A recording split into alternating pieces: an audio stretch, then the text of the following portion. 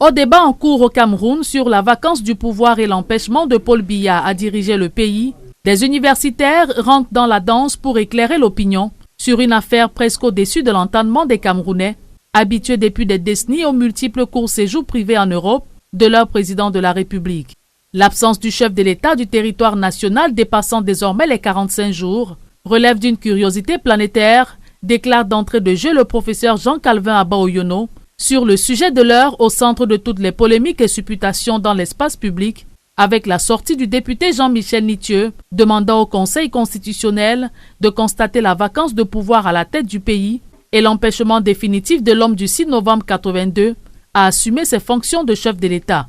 La réaction des barons du régime, à l'instar du ministre d'État Jacques Famdongo, rejetant en bloc les préoccupations de l'élu de la nation Jean-Michel Nitieux, les sorties du premier vice-président du MRC Mamadou Mota et l'avocate Maître Alice Com ne pouvaient laisser indifférent un constitutionnaliste de la trame de Calvin Abba-Oyono. Universitaire réputé pour ses publications scientifiques et analyses des dysfonctionnements institutionnels dans notre pays, ce spécialiste du droit constitutionnel déplore le laxisme du Conseil constitutionnel à faire usage de ses prérogatives pour éclairer les citoyens et taire tous les non-dits sur les raisons inexpliquées de l'absence de leur président de la République de Yaoundé, siège des institutions.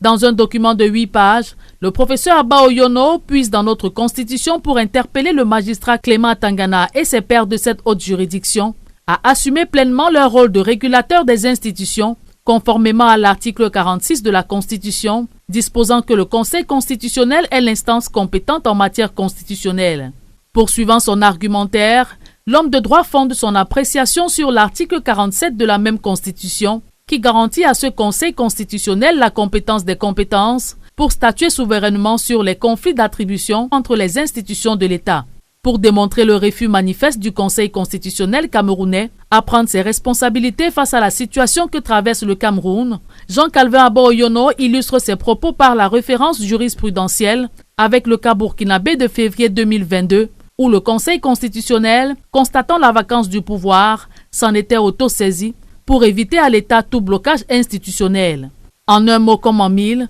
rien n'empêche le Conseil constitutionnel de se libérer de l'emprise du pouvoir exécutif et sortir le Cameroun dans l'impasse dans laquelle il est plongé ces dernières années, avec des supputations sur l'incapacité ou non de Paul Biya de diriger son pays.